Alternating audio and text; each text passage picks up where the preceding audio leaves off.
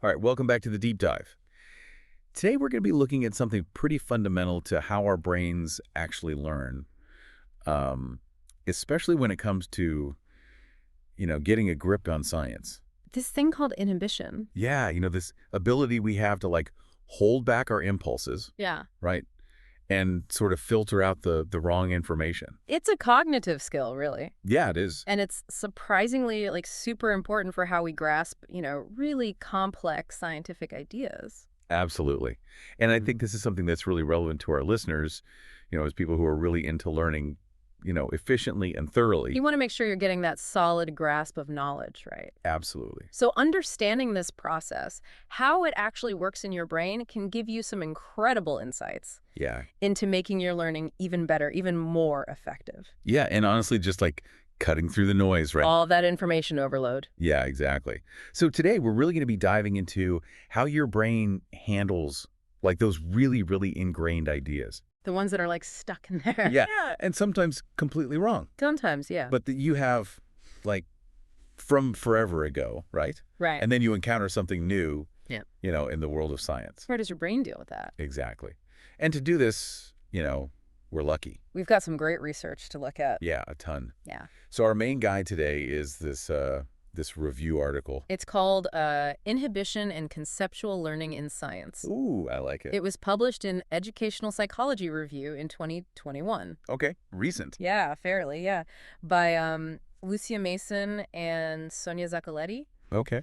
And they basically pulled together findings from 18 different studies. Wow. Yeah. That's thorough. Looking at learners of all ages, too. Oh, cool. Really trying to understand this link between inhibition and how we learn about science. Awesome. So that's kind of our mission for this deep dive today, is to pull out those core findings from this research. Extract those nuggets. Yeah, exactly. The good stuff. And really get a handle on, how does this inhibition thing, this function, help us learn science? Yeah, yeah. And I think maybe even more importantly, how does it help us get rid of those wrong ideas that we have? The misconceptions that just won't go away. We're going to really try to see what these studies reveal, about what's actually happening in your brain when you encounter these new scientific ideas that really challenge what you think you know. Yeah, so when you think you know something and then you're like, wait a minute. It doesn't quite fit. Yeah. Yeah. Okay, well, I'm excited to jump in. Me too. Let's start, I guess, with this idea of misconception. Oh, okay, yeah. We talked about these sort of wrong ideas that are really stuck in there. The sticky ones. Yeah. And I guess one of the first things this research really points out is how persistent they can be. Yeah, it's surprising, right? It is. I mean, for a long time, people thought, when you learn the right answer, the wrong one just poof, disappeared. Right, it's gone. It's you just hit delete. Yeah, overwritten. Overwritten. Yeah. But it turns out that might not be the whole story. Huh. Okay, so what is going on then? Well, it seems like those misconceptions, they don't just vanish. Oh, man. They actually kind of hang out there, coexisting. So even when I feel like I've learned a new concept, that old wrong idea, it might still be kind of lurking there in the back of my mind. Yeah, and that's kind of a big deal when you're trying to build, a really solid foundation of understanding. Right. Because it could be messing with your reasoning without you even realizing it. So do we have any, evidence for this? Are there studies that actually show that these wrong ideas are sticking around? Yeah, absolutely. Okay. There's some great research on this. So you've got studies like the ones by Babai and Amsterdamer back in 2008. Then Babai and colleagues in 2010. Okay. And Stolman and Valcarcel in 2012. Okay. And all of these, they kind of point to the same thing. These incorrect ideas, they're not getting deleted. They're staying active, and they can actually affect your thinking. Okay. Well, that makes a lot of sense to me. Yeah. I can definitely think of times when I've learned something new, right? Uh-huh. But that first thought I have, it's still that old wrong idea. Like an automatic response. It is. Yeah. Like a reflex. Totally. And that's exactly that coexistence that the researchers are talking about. Okay. It really highlights that learning science, it's not just about adding new information. Right. It's also about managing the interference that comes from these old ideas, even if they're wrong. Right, like filtering them out. Yeah, exactly. Okay, so this is where inhibition comes in, right? This is it. So Yeah. can we break down exactly what inhibition is? Sure. Like what's going on in our brains when we're talking about inhibition? So it's a fundamental executive function. Okay. And like a really well-accepted definition that Miacher and colleagues came up with back in 2000, Hmm. they describe it as, our ability to basically suppress. Okay. Those dominant responses. Okay. The ones that are automatic Okay. and often inappropriate in favor of, more suitable responses. So it's kind of like that traffic cop in your brain, Oh, I like that. Yeah. helping us, focus on what's actually important and ignore the distractions, Including those wrong ideas. including those. Yeah. Okay, so yeah, it's like a mental bouncer. Oh, I like that. Right. Deciding which thoughts get to come in, which ones got to stay out. Love it. Okay. And in terms of learning science, this bouncing, it's super important for what we call conceptual change. Oh, okay. That like really deep shift in understanding. Okay, yeah. Learning science often involves directly confronting and then overcoming those old misconceptions that we were just talking about. Yeah. Inhibition is the thing that lets us suppress them Okay. so that we can actually understand and apply the new concepts correctly. So the better my brain's bouncer is. The stronger it is. Yeah. The stronger it is, the better I am at learning science. That's what the research seems to suggest. Okay. Yeah. So are there any studies that kind of back this up, like, across different age groups? Yeah, there's quite a bit. Okay, cool. So let's start with the little ones, Okay. the primary school kids. Okay. So St. Clair Thompson and Gather-Cole back in 2006, they found a really clear link between how well these kids did on tasks that involved inhibition and their overall achievement in science. So even at that young age, their ability to control those initial responses. The first things that pop into their heads Yeah. is connected to how well they understand science. Fascinating. Okay. What about when, they get a little bit older? Yeah, so moving up. Yeah. So Bosniadu and colleagues in 2018, Okay. they had kids do these tasks where they had to actively reject Okay. non-scientific concepts. Okay. And they found that the more accurate a kid's inhibition was, Okay. like how good their control was, the better they did on those tasks. Oh, interesting. It really suggests that being able to inhibit those gut responses Okay. that are often wrong, Yeah. that's a key step in actually understanding the science correctly. Yeah. Okay. So what about when, kids are actually learning from science materials? Like, are we talking textbooks? Yeah, textbooks, articles, things like that. Yeah. So Mason and colleagues in 2018, they looked into that specifically, Okay. and they found that how quickly and effectively kids could inhibit Okay. predicted how much they learned from these science texts, Okay. especially something called refutation texts. Refutation text. What's that? So these are texts that are written in a way that they actually mention a common misconception, Okay. and then they directly give the correct explanation. Oh, okay. So it's like they're forcing the brain to confront that wrong idea Yeah. and then replace it with the right one. So are those particularly good for learning? It seems that way, yeah. Because they really make that inhibition work. Yeah, it's like giving your brain's bouncer a workout, right? Exactly. It's like, all right, got to be on your toes here. Yeah. We're going to throw some curveballs at you. Cool, okay. Yep. So primary school, got it. Yeah. What about when, these kids move on to secondary school? All right. So secondary school, things get a little more complex. Right. Yeah. But the importance of inhibition, it doesn't go away. Yeah. It actually seems to get even stronger. Okay. So K1 and Lawson in 2000, and then K1 and colleagues later that year, they found that inhibition was a really good predictor of how well adolescents understood things like air pressure Okay. and proportional reasoning. So, as the concepts get more complex, being able to inhibit those more basic but often incorrect intuitions Yeah. is even more critical. Exactly. You got to be able to push those aside to make room for the more advanced stuff. Cool. Okay, what else? So Latzman and colleagues in 2010, they found that inhibition correlated with and predicted overall science achievement in adolescence. And then this is where it gets really cool. Oh, I love when it gets cool.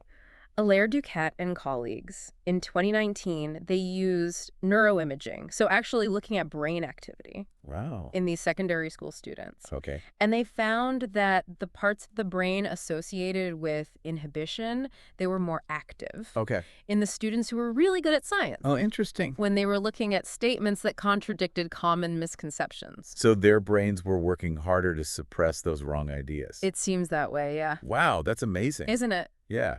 Okay, so what happens to these kids when they go off to, college, university? All right, so higher education, right? Yeah. We're talking university level. Yeah. We've got Masson and colleagues in 2014 and Brault-Foisy and colleagues in 2015. Okay.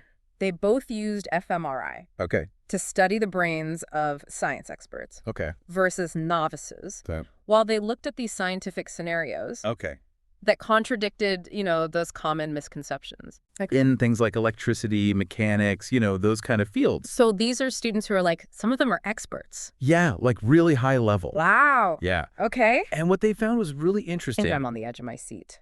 Even the experts, Yeah. they showed more activity in the brain areas related to inhibition. Even the expert. Even the experts. Wow. Compared to the novices when they were dealing with these misconception-laden scenarios. So even when you have, like, a really deep and accurate understanding of the science, you still have to actively suppress those old wrong ideas. It appears so, yeah. Wow, that's wild. It really makes you think about learning as this much more active process. It does. You're not just passively absorbing information. Yeah? You're actively filtering and managing all these different things going on in your brain. Yeah, that's so cool. Okay, is there any other, like, brain stuff that's happening? Yeah, actually, so Zhu and colleagues in 2019, Okay. they used something called ERP. ERP, event-related potentials, Okay. to look at brain activity, and they showed that there's actually, like, signs of error detection, Okay. conflict resolution, Okay. and inhibition Okay. happening in the brain. Okay. When people are confronted with information that goes against their misconceptions about electricity. It's like the brain has its own little alarm system. Kind of, yeah. Like, hold on, something's not right here. Yeah. Gotta double check this. I love that. Yeah. Okay, so what about, like, how quickly people learn? Is there any connection between that and inhibition? Yeah, actually, so Butterfuss and Kindau in 2019, they found that people with better inhibition, they actually read sentences with scientific concepts faster Oh, interesting. in texts that refuted those misconceptions. Okay. So it's like their strong inhibition helped them kind of cut through the noise of those wrong ideas Yeah. and focus on the new information. Yeah, so they're just, like, learning faster because they're able to inhibit that wrong stuff. That's the idea, yeah. Okay. Well, that is super, super compelling. Yeah. It really paints this picture of the brain, actively working to, like, get rid of all that clutter, those wrong ideas. The mental cobwebs. Yeah, exactly. Clearing them out. So we can actually learn. Okay, so is there anything else about inhibition that we need to kind of know? Yeah, it's important to remember that there are, like, different types of inhibition. Okay. So, for example, Brookman-Byrne and colleagues in 2018, they talked about the difference between motor inhibition Okay. and semantic inhibition. Okay, so motor is like movement. Exactly. So motor inhibition is like suppressing a physical response, Oh. like stopping yourself from, hitting the wrong button. Okay, got it. While semantic inhibition, that's about suppressing the activation of, a wrong meaning Okay. or belief. So like stopping yourself from saying the wrong word versus stopping yourself from even thinking the wrong concept. Yeah, exactly. Okay, that's a really, really important distinction. It is. Okay, so which one is more important for learning science? Well, interestingly, some studies that looked at motor inhibition specifically, they didn't always find a strong link to science learning. Okay. So it seems like semantic inhibition, being able to suppress those incorrect understandings of concepts, that might be the more crucial one for actually learning science. Yeah. That makes sense. So when I'm trying to understand, like, a complex scientific idea, it's not so much about, physically stopping myself from doing something. Right. It's more about mentally, pushing down those intuitive but wrong assumptions that I might have. Exactly. Okay. And this has some pretty significant implications Okay. for how we approach learning. Okay, let's talk about that. The research really emphasizes that we need to recognize and actively address our existing misconceptions Okay. if we want to learn science effectively. So it's not enough to just passively read information? Especially if you've got those strong but incorrect prior beliefs hanging around. Yeah. So learning strategies that actually encourage us to confront and refute those misconceptions head on, they seem to be much more effective. Okay, so what are some examples of that? Well, think back to those refutation texts we talked about. Yeah. They seem to work really well because they directly engage our inhibitory control Okay. by explicitly saying the misconception Yeah. and then correcting it. Yeah. They force our brain to do that work of recognition and suppression. So as a learner, like if I want to learn efficiently, I should actively try to identify any pre-existing ideas I have about a topic. Definitely. Okay. And be ready to, question them. Okay. Potentially even suppress them. Okay. When I come across new, accurate scientific information. Be ready to let those things go. Exactly. Yeah. Be open to change. Yeah. Okay, and just being aware of this inhibition thing Yeah. can help me be a more, critical and effective learner. Absolutely. Okay. It's all about being mindful of that process. So from those little kids in primary school all the way up to the experts in university, Yeah. what we see is that stronger inhibition skills are linked to better understanding in science, Okay. especially when it comes to those pesky misconceptions. That's amazing. I really, really like that. Okay, well, I think this has been a super insightful deep dive. It's been fun, right? It really is. Our brains are amazing. They are. So much going on in there. Okay, so to recap, what have we learned? Let's summarize. Yeah. Inhibition, that's our brain's ability to suppress those incorrect thoughts. Yeah. It's super important for learning science. Yeah.